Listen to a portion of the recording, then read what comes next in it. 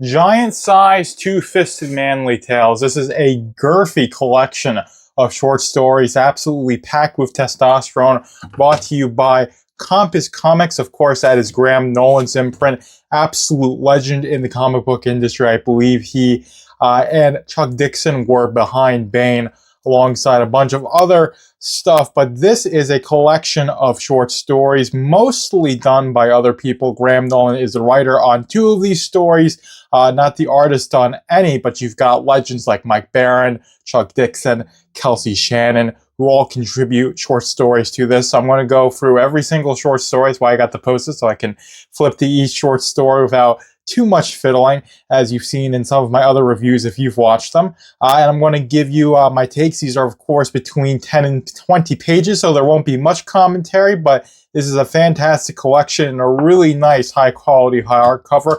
100 pages, so it's a very substantial collection, and it's, like I said, absolutely high quality. And it is a real comic book for real men. So we're getting started with a story by Mike Baron with Butch Guche, if I'm saying that correctly. It's called Gurkha on a Train. Now, this is a West Bengali soldier, I believe, or at least it takes place in West Bengal.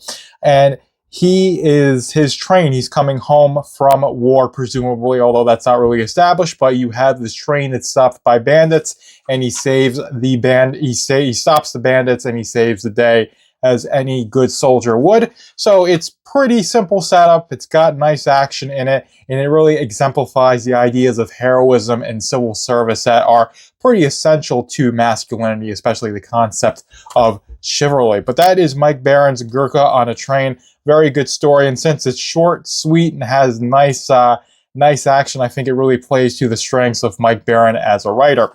The next story we've got is called Volsung. So Volsung is by Chuck Dixon with Bart Sears doing the art. Bart Sears, absolutely fantastic artist, and his art is fantastic in this book. This is a Nordic story, so you've got this Viking, Einar, who has killed the son of a chieftain, and a bunch of Vikings go out to get revenge against him, and he has his family assist him. And while this is mostly an action story, there are some philosophical themes that are addressed, and it is an absolutely fantastic book. Bart Sears is a fantastic artist, absolutely legendary artwork here. There's some of the best artwork, and if anything were to get expanded upon, I would say this definitely should have a full issue. You'd have like a nice, 96 page, 72 page, one-shot graphic novel of Volsung. I would definitely be all over that, because this is a really interesting story, even though it has a pretty generic setup and theme. It is, about Vikings. It's got that Conan feel to it. So it really does, it's taking stuff that's been very well established and does really great stuff with it. But of course, that's what you get when you have someone like Chuck Dixon writing. So next we are heading to True North. This is by Bo Smith and Tim Rosen, who are writing, and Andrew Paquette, who is drawing this. Of course, all of the lettering is done by Carlos Mangual, if I'm saying that correctly. He's the letterer on all of these stories, and that really gives it a great consistency when you're reading through this, and also the fact that a lot of these artists are focusing on this pulp style, this really hard, rough way of depicting the line work, I should say, that's really indicative of the 70s and the 80s style of comics. And this is definitely some classic like golden or silver era stuff, where it was very much focused on being war propaganda. So this is a story about a man who saves a pilot from a blizzard in Alaska in 1955, height of the Cold War. So of course they're running from communists. It's a really simple setup.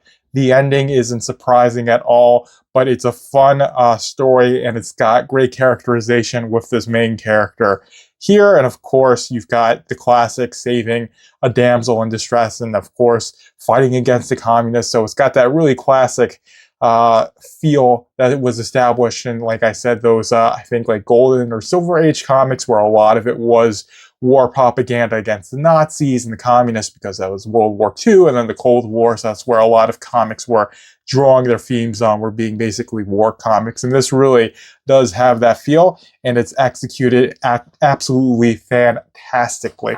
So next we are moving on to I Lycan. I think I Lycan is written by Kevin Griveau, art by Robert Castro. Nanjan Jambari is the colorist. He worked on Gurkha doing a couple of other of these. You can read the written review for all of the credits. But this is probably the best story out of this collection in terms of the writing. It's definitely got the most detailed plot. So you've got the main character here, who is a Lycan who's lived for 600 years or so, lives in M City, and he is a hunter of monsters, protecting the humans who don't know anything about these supernatural monsters that are roaming around. Takes on a job from this woman, Win.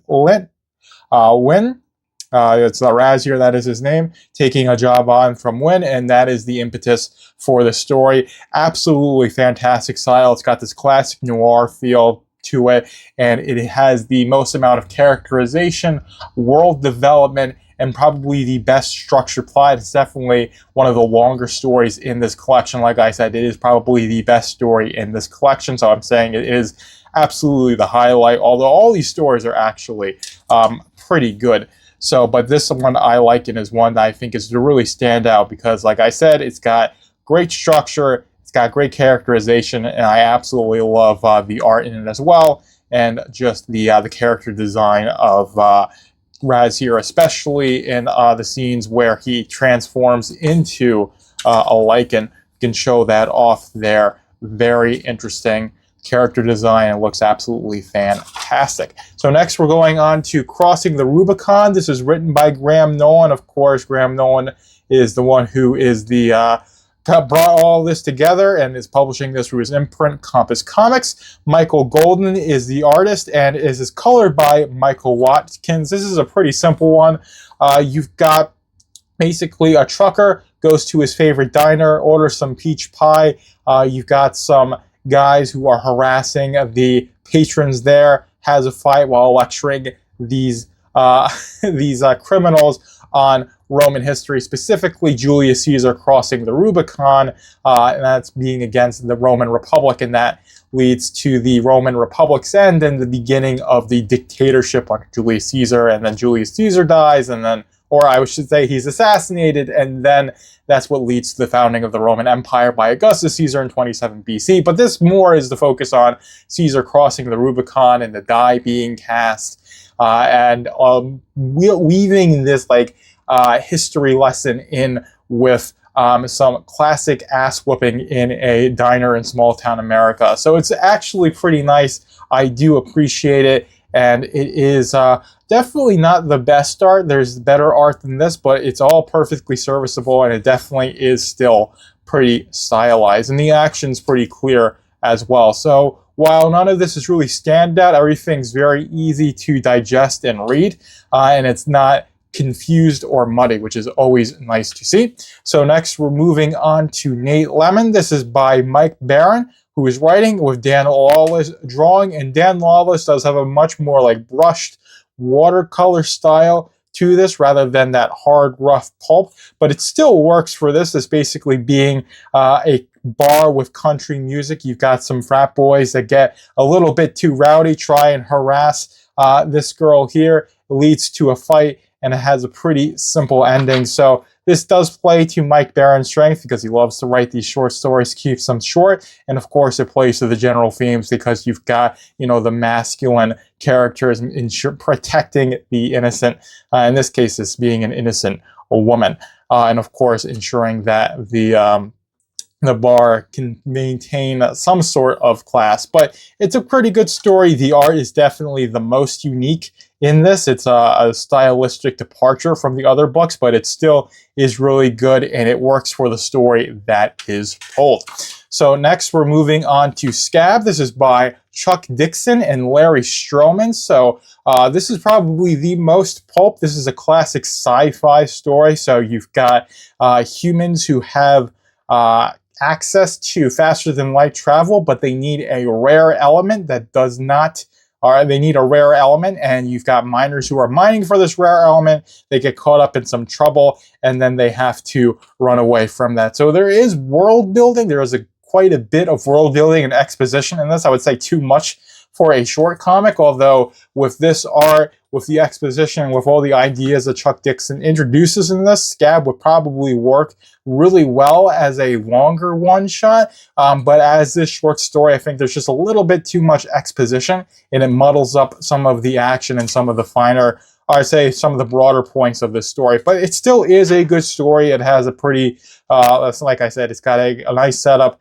nice conclusion, and the art is absolutely fantastic to look at. So next we've got Hope in Hell. This is by Beau Smith and Tim Rosen with Andy Kuhn drawing. And this is probably the weakest art in this book, excuse me. So it's not necessarily, I would say it's definitely, in terms of the line work, in terms of the coloring, the weakest art in this collection, but it still is perfectly serviceable. It's very digestible and easy to read, so everything's clear and distinct, and it tells the story of a man named Duke who goes to a small town, Hope, West Virginia, that's been taken over by a gang, and frees the town by inspiring the townsfolk to rebel against their oppressive gang leader. So it is a good story. It's structured well. The art has really good layouts. Like I said, it's very simple and easy to digest. But in terms of just the raw talent, this is definitely the least impressive of this collection. But you've got a lot of heavy hitters working on this book, so that's to be expected that you're going to have one that lags a little bit behind, but this is absolutely fantastic work still, and it's a really fun comic to read, and it definitely has a feel-good conclusion at the end.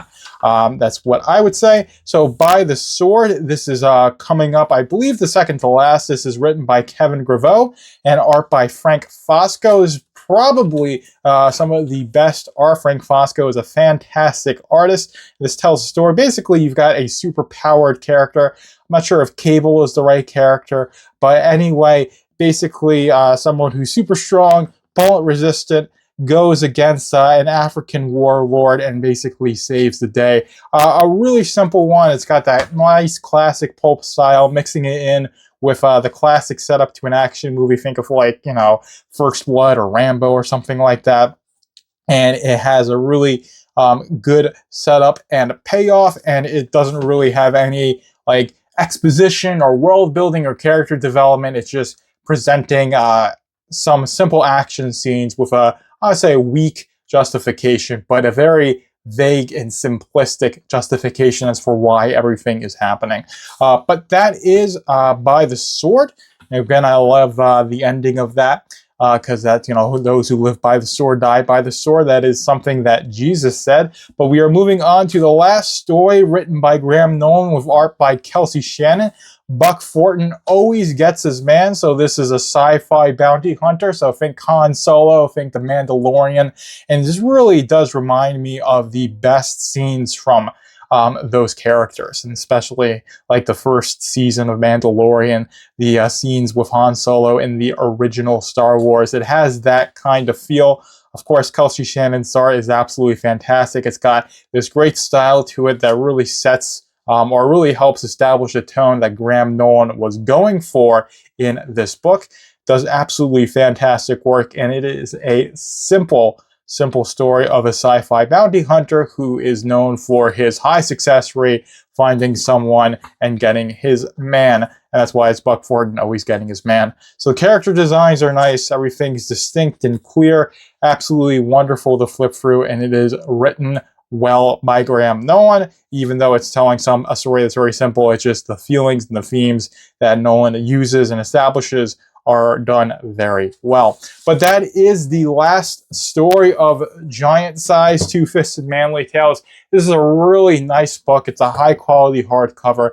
Printing quality is really good, and the pages themselves are also very good. So Graham Nolan assembled a really stellar team of writers and artists, and they made something truly great, truly masculine, and definitely something that is truly worth reading, but only if you have the chops to read something so manly as Giant-sized Two-Fisted Manly Tales. But that's all I have for you guys. Hopefully you enjoyed this review. Joker is out. Thank you for stopping by the Velvet Room. Be sure to like, comment, and subscribe so you can keep up with Velvet Room Publishing. And go to velvetroompublishing.com if you want to go even deeper into the Velvet Room.